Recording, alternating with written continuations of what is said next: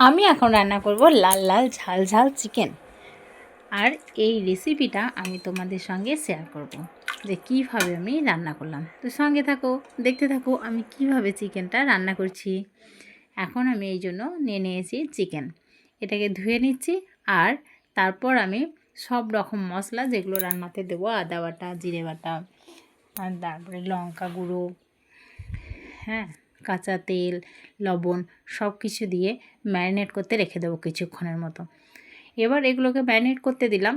আর তার সঙ্গে আমি অন্যদিকে যে আলুগুলো দেবো এর মধ্যে একটু বড় বড় করে কেটে নিয়েছি। আর সেই আলুগুলোকে আমি কড়াতে দিয়ে তেল দিয়ে ভেজে নিচ্ছি। অল্প একটু ভেজে নেব আলুগুলোকে। আর এই আলুটাকে ভাজতে দিলাম। আর এদিকে তারই মধ্যে আমি করে নেব মশলাগুলো। কী কী মশলা দেবো দেখতে থাকো। আমি যে মশলাগুলো দেবো সেগুলোর মধ্যে হচ্ছে, প্রথমে আদাটাকে দেখাচ্ছি তোমাদের।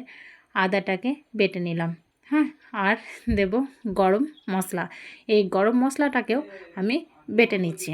তারপর যেগুলো দিচ্ছি হচ্ছে টমেটো, লবণ, জিরে গুঁড়ো, হলুদ গুঁড়ো, কালো জিরে, চিনি, এগুলো নিয়ে নিলাম।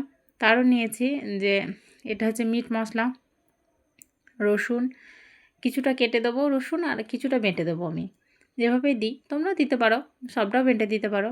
পেঁয়াজ, এরই মধ্যে আমার এগুলো রেডি করতে করতে আলুটা তৈরি হয়ে গেছে। এখন আমি কড়ার মধ্যে তেল দিয়ে প্রথমে রসুনগুলোকে একটু ভালো করে ভেজে নিলাম। এরপর ওই তেলের মধ্যে দিয়ে দিলাম পেঁয়াজ। পেঁয়াজটা যখন একটু ভাজা হয়ে গেছে, ওর মধ্যে আমি দিতে থাকবো মশলাগুলো। প্রথমে আদা বাটাটা দিয়ে দেবো আর রসুন বাটাটা দিয়ে দেবো। এরপর জিরে বাটা, টমেটো সব কিছু দিয়ে দিয়েছি, একটু নেড়ে নিলাম। মশলাটা যখন প্রায় হয়ে এসছে তখন তার মধ্যে ম্যারিনেট করে রাখা চিকেনগুলো দিয়ে দিলাম।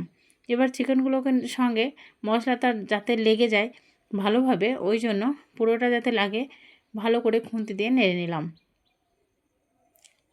খুন্তি দিয়ে নাড়ার পরে দেখছি একটা ঘ্রাণ আসছে, খুব সুন্দর। এরপর আমি ভেজে রাখা আলুগুলোকে দিয়ে দেব। ভেজে রাখা আলুগুলোকে দিয়ে দিলাম। এই যে দেখো কত সুন্দর কালার এসছে, খুব সুন্দর হয়েছে। আর এদিকে হালকা একটু কুসুম কুসুম জল গরম করে রেখেছিলাম, সেটা আমি দিয়ে দিচ্ছি। ঠান্ডা জলও দিতে পারো, তবে গরম জল দিলে টেস্টটা কিন্তু ভালো হয়। লবণটা পরিমাণ মতো দেবে। এখনকার দিনে সব কিছুই পরিমাণ মতো খেতে হবে, নইলেই তো বিপদ। কোলেস্টেরল এটা ওটা হতেই থাকছে, থাইরয়েড, সুগার। তো রান্না হয়ে গেছে, আমি নামিয়ে নিয়েছি। এখন একটু টেস্ট করে দেখা যাক কেমন হয়েছে।